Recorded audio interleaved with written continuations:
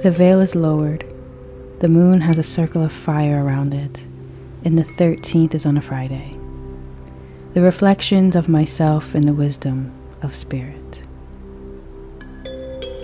Nothing is permanent. With each breath we release, and we let go a little more.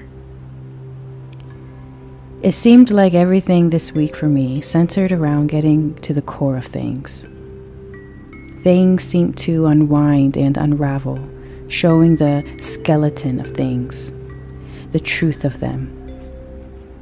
When this happens, the mind immediately wants to wind everything back up neatly to put things back into order the way things were, the way things should be. But the soul and spirit doesn't cooperate with should, does it? Your body feels the toll of this battleground. And even though the mind and shoulds can win a few battles, at the end, spirit always wins the war.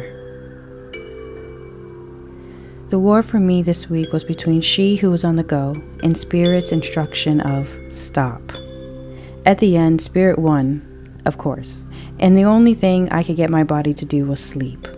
My body seemed to just want rest, to help me not run from the cold places within myself, to recover from these cold places my soul no longer wanted to carry. And to she who was on the go, for spirit doesn't ignore the needs of their opponent. They asked, why? And honestly, our answer was a bunch of shoulds. Which then spirit asked, but what really works for you right now? Floods of old ideas that were abandoned came back.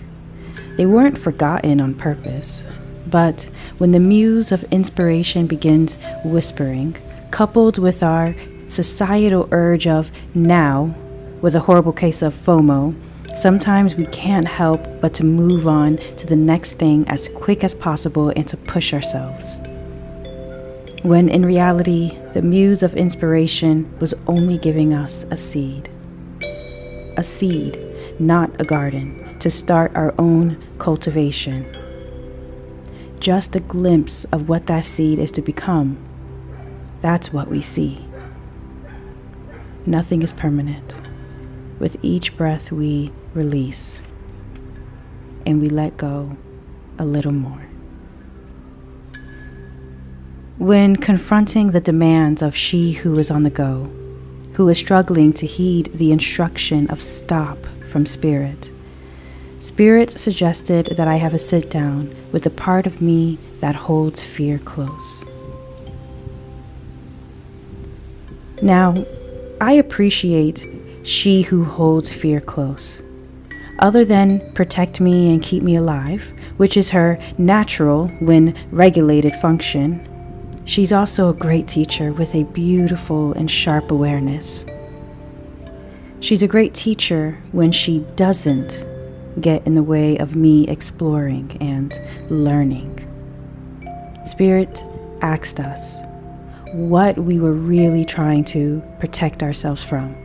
And honestly, our answers were a bunch of ifs. It wasn't until looking over the horizon of fear that I, were able to see the possibilities that were arising the more I gazed. I looked at she who holds fear close, and we understood that over that horizon was truly everything I needed right now. And so we released a little more. She regulated herself just a bit, and I stopped and breathed. Nothing is permanent. With each breath we release, and we let go a little more. Letting go when everyone else is on the go feels lonely. A friend of mine, just the other day, reminded me of how good the brain is at making us believe that we're alone. She even has a little song for it, which I will not sing for the internet. But when sitting and thinking about it, I heard Spirit say, connection. And I saw the solution. The solution was one of the things I saw over that horizon if I were to heed Spirit's instruction of stop. The solution was a call, a letter, a text, or a hand held out to vulnerability. My friend reminded me of how unalone I actually am. Spirit reminded me that silence is not always noble. And the divine asked me to tip over and surrender into the darkness of the womb.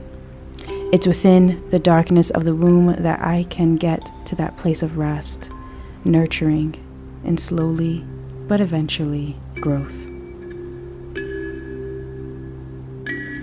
Nothing is permanent, and with each breath we release, and we let go a little more. How does it feel?